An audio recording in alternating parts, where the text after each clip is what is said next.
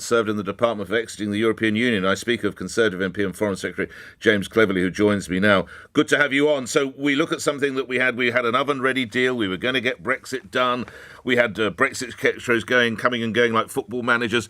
We even had the bizarre Malthouse Compromise at one point. But we finally got it over the line. Foreign Secretary, how did the PM pull it off? Good morning. Nick, good morning. Look, it was all those things that you rattled through there in your introduction, I think were necessary milestones in getting to where we've ultimately got to. We departed from the European Union at the beginning of 2020 with the withdrawal agreement. And it was inevitably going to be the case that we needed to put arrangements in place for our trading relationship with the EU. And the protocol addressed the unique circumstances of Northern Ireland. But we could see that it wasn't working. The people of Northern Ireland were telling us that it wasn't working.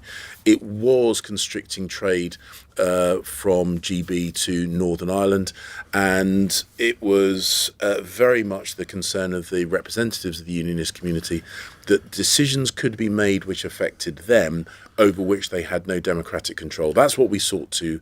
Deal with, and it was through engagement, negotiation by myself, Chris Heaton-Harris, and the Prime Minister that we got this resolved, and we've now got something which addresses those concerns of the communities and politicians in Northern Ireland. No one can dispute a single word you've just said, Foreign Secretary, that it wasn't working. So what should we what should we think of the person who told us that it would work and it was oven ready, former Prime Minister Boris Johnson? Did he let us down? How should he be regarded now in this particular aspect of his leadership? Well, Boris was instrumental in actually delivering that 2016 mandate to leave the European Union. And if that hadn't happened, a lot of the things that we've been working on would have been moot points anyway. So I absolutely pay tribute I hear to the what fact you say, that but then he rather landed us in it Brexit. afterwards, did he not, Foreign Secretary? We had to do a load of work to make our departure from the European Union both meaningful, but also to make sure that it didn't disrupt trade within the United Kingdom's internal market between Northern Ireland and GB. He put a set of proposals forward. Many elements of those proposals worked very, very well, but there were certain really, really important elements that were causing significant problems, and we have focused relentlessly on addressing those problems. So now it means that goods from GB are available in Northern Ireland. It means that things which are not ultimately destined for Ireland and destined for the EU can travel to Northern Ireland just as easily as they can within GB. And the really, really important bit is that the elected representatives of the people of Northern Ireland will have a say through the Stormont break on things which might affect them. And that's incredibly important. As you reference the Stormont break, can I ask you, Foreign Secretary, how confident are you the DUP will support the Windsor framework? Well, I mean, ultimately the decision is for them. But what I would very much say, and this echoes the point that the Prime Minister was making at the dispatch box yesterday, we listened very, very carefully to the voices of the DUP and the other unionist parties in Northern Ireland, because they highlighted specific concerns that affected the communities that they represented. We listened very, very carefully and systematically went through those concerns to address those concerns, including the availability of GB products in shops in Northern Ireland, including making sure that the representatives were able to genuinely have a voice on behalf of the people they voted for. So we've worked through that. I really, really hope they'll recognise how much work that we've done to address those concerns, and to be fair, how much the European Union has moved in order to address those concerns as well. And I really hope that will give them the confidence to go back into the power sharing executive. Why do you suppose the European Union has travelled so far? A number of reasons. I think that there was a recognition that the concerns that we were raising and the concerns being raised by the unionist community and their representatives particularly were not confected. This wasn't performative. This was because there were real world problems that needed to be addressed. I think that some of the concerns that the EU were trying to protect themselves from, particularly with regard to their own single market, I think they could see, because the arrangements have been in place for a couple of years, that some of their concerns weren't coming to fruition, and that meant that they could be a bit more flexible. I think we've demonstrated that we're a very active, engaged European country through our response to Ukraine. I think there's a whole load of things. Well, I wonder if personality enters it, Mr. Cleverly, because you are far closer to these people than I am, but I have to say there seemed a genuine warmth between the Prime Minister and Ursula von der Leyen, in a sense that I'm sure there was a kinship between Boris Johnson and Liz Truss, but there was a genuine warmth, seemed to be more on display yesterday than I'd seen in other leaders, Mr. Cleverly. Well, look, you have to have a good working relationship with the people that you're negotiating with. The negotiation it's not a competition. It's not a sporting event. It is something which is designed to generate benefit on both sides of the negotiating table.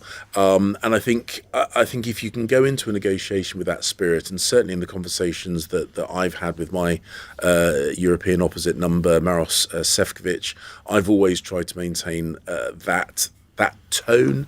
I think the fact we weren't giving a running commentary, I think the fact we weren't kind of criticising each other through social media really meant that we could have proper, pragmatic, grown-up conversations about the issues that we needed to address and how we went about addressing them. Right. And I think that was reflected in the body language between President von der Leyen and the Prime Minister. Last couple of things on this. Does it matter which way Bojo might go on the Windsor framework, as in Boris Johnson? Well, I really hope that he will realise that the concerns that he has expressed, which very much echo the concerns I was hearing from communities in Northern Ireland, have been addressed. So I really, really hope that we can get the fullest range of support for this, because it really does focus on the areas that were highlighted to me as areas that needed fixing. Okay. As Foreign Secretary, you may have insight on this. Why was it deemed correct for the King to meet with Ursula von der Leyen? Some people are expressing concern about this and politicisation of the monarch. Mr. Cleverly. See, I genuinely don't understand that argument. The other week, President Zelensky came to the UK, and as a senior international guest, he had an opportunity to have an audience with His Majesty the King. It is not unusual for our head of state to have meetings with Ukraine wasn't involved senior... in a possible schism within the United Kingdom, of course. One could argue that. Well, but the point is, Ursula von der Leyen is a very senior international representative. It is therefore not unusual, as part of our hospitality to international guests, part of our being a good host, to facilitate a meeting with his. It was the government's idea, was it? Well, of course, it was our invitation to Ursula von der Leyen to come to the UK to finalise this deal with the Prime Minister. So, of course, that was a conversation we had with the Palace. Ultimately, diary arrangements are the final decision, of course, on the availability of His Majesty is with the Palace. But, of course, we were the ones that invited her to the UK.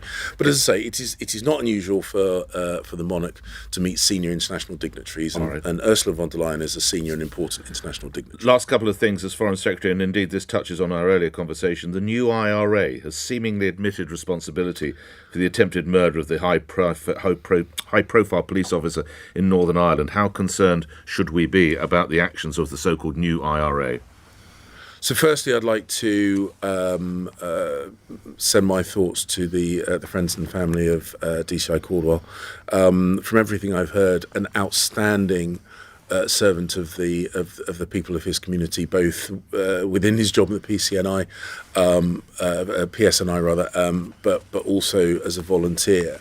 Of course, we take internal threats to the UK security seriously, particularly so in Northern Ireland, and I know that the security services and the police services of Northern Ireland will take very seriously the preservation of peace and security in Northern Ireland. I can't really go further. Okay. China must be challenged over its denials that the COVID pandemic might have been caused by a leak from one of its laboratories, an expert warned last night.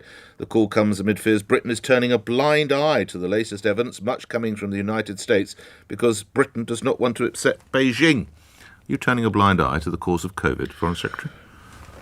So the conversations that I've had with senior representatives of the Chinese government, I never shy away from highlighting the areas where we disagree, and I have direct and robust conversations with them. So I've not seen the detail of that report. My understanding is that report came in overnight, so I've not seen the details of that report.